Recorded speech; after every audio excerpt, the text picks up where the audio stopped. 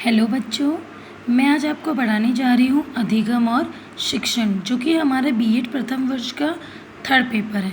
Lockdown के चलते हम अपनी क्लासों को ऑनलाइन करेंगे और जिससे आपका सिलेबस आगे बढ़ते रहेगा, जिससे आपकी पढ़ाई में किसी भी तरह की कोई विरोध न उत्पन्न हो। इसी सिलसिले में हम आगे बढ़ते हैं। हम आज थर्ड पेपर का यूनिट 3 करेंगे, जिसमें इकाई 3 पढ़ेंगे। इकाई 3 का जो हमारा नाम है शिक्षण और शिक्षण प्रक्रिया।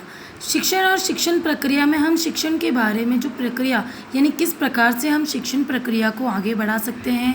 शिक्षण प्रक्रिया क्या होता है कि इसे पढ़ाने के तरीके, हम कोई भी शिक्षण करवाते हैं, ज्ञान जब देते हैं तो ज्ञान को हम कैसे बांट सकते हैं।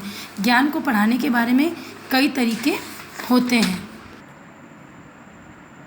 अब हम शिक्षण और शिक्षण प्रक्रिया से आगे बढ़ते हैं तो इसका जो सब टॉपिक है हमारा वो पढ़ेंगे। जैसे कि है इसका टॉपिक हम आज पढ़ेंगे शिक्षण अधिगम सामग्री। शिक्षण अधिगम सामग्री।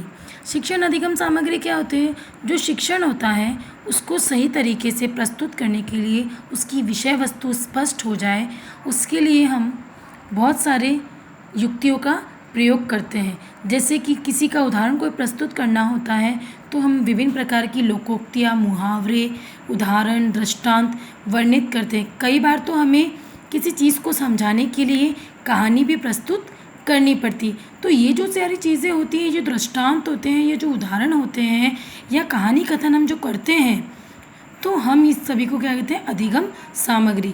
यानी हम किसी विषय वस्तु को समझाने के लिए बालकों को या विद्यार्थियों को विभिन्न प्रकार के उदाहरण प्रस्तुत करते हैं या विषय सामग्री से संबंधित अन्य प्रकार के दृष्टांत या लोकोक्ति, उसी विषय वस्तु से जुड़ी हुई अनेक प्रकार की लोकोक्तियाँ प्रस्तुत करते हैं। तो वो होता है एक तरह से अधिगम सामग्री या युक्ति। अब जैसे कि हम कहीं पे मिट्टी, पौधे, पत्थर, ये जो वास्तविक चीज़ें होती हैं, इनको दिखाकर अगर बच्चों को कुछ समझाएंगे तो उन्हें जल्दी समझ में आ जाएगा। किसी भी वास्तविक वस्तु से जुड़कर किसी टॉपिक या विषय वस्तु को जब समझाया जाता है तो वो एक तरह से अधिगम सामग्री बन जाती है। अब विषय सामग्री, शिक्षण अधिगम सामग्री का अर्थ स्पष्ट करेंगे हम कि शिक्षण अधिगम सामग्री होती क्या है। शिक्षण अधिगम सामग्री जो होती है वो हमारे शिक्षण में सहायता करती है। शिक्षण की विषय वस्तु या पाठ्य वस्तु सामग्री को सरल एवं सजीव बनाने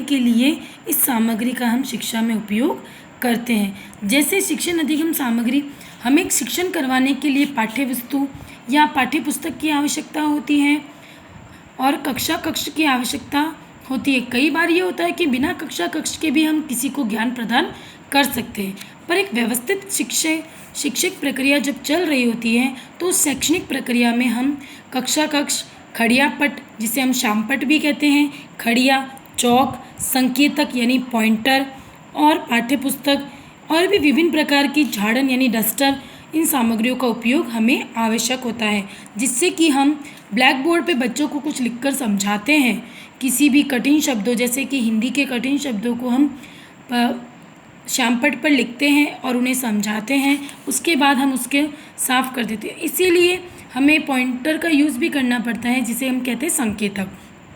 संकेतक को हम उपयोग करते हुए बच्चों को मानचित्र या चित्र की सहायता से जो चीज़ें समझाते हैं।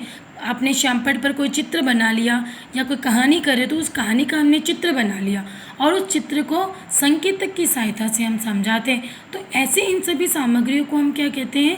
शिक्षण अधिगम सामग्री। जैसे कि हम लेसन बनाते हैं बच्चों को पढ़ाने के लिए, तो उसका भी एक पॉइंट होता है, एक सारणी में विवरण होता है कि शिक्षण अधिगम सामग्री या सहायक सामग्री। तो उन सहायक सामग्री में आपने उस शिक्षण करवाने के लिए जो सामग्री उपयोग में ली है उन सामग्रियों का हम विवरण प्रस्तुत करते हैं। जैसे कि आपने चार्ट पर रेखा चित्र बनाकर किसी पॉइंटों को समझाया है तो उन रेखा चित्रों के को भी हम उसमें प्रस्तुत करते हैं। अब कक्षा कक्ष उपयोगी सामग्रियों का तो हम विवरण प्रस्तुत करते ही है।